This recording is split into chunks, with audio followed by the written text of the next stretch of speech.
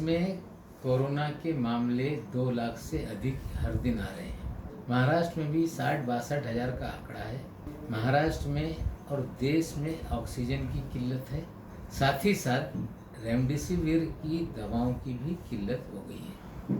हम लोगों की मांग पर केंद्र सरकार ने जो इस दवा के निर्यात वाले जो यूनिट थे उनको निर्यात पे पाबंदी लगाने का काम किया। जो एक्सपोर्ट ओरिएंटेड यूनिट थे 16, वो लोग दवा विदेश में निर्यात नहीं कर पा रहे हैं।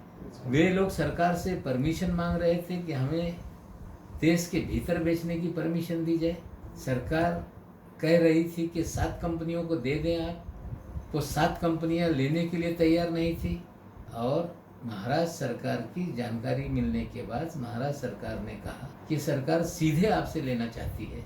जैसे ही ये जानकारी उन लोगों ने केंद्र की सरकार को दिया, केंद्र की सरकार ने कहा कि आप महाराष्ट्र सरकार को सीधे देंगे तो आप पे कार्रवाई होगी।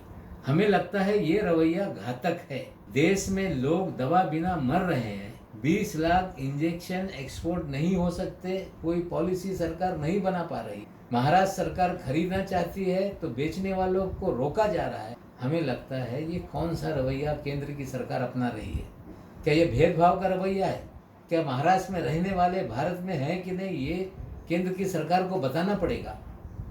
अगर केंद्र सरकार ने इसी तरह का दूजा भाव का रवैया अपनाया तो हमें लगता है कि महाराष्ट्र की और देश की जनता देख रही है। हमारे पास और कोई दूसरा चारा नहीं। हमने हमारे जो फूड एंड ड्रग एडमिनिस्ट्रेशन के मंत्री हैं उनसे चर्चा की है। उन्हें कहा है कि कहाँ कहाँ ये स्टॉक है जानकारी लीजिए और सारा मामला सीज करके लोगों में तकसीम कीजिए। अगर इसी तरह से केंद्र रवैया अपनाएगी तो राज्यों को भी कानून के तहत जो अधिकार है उसके तहत कार्रवाई करके अपने लोगों की जान बचाने के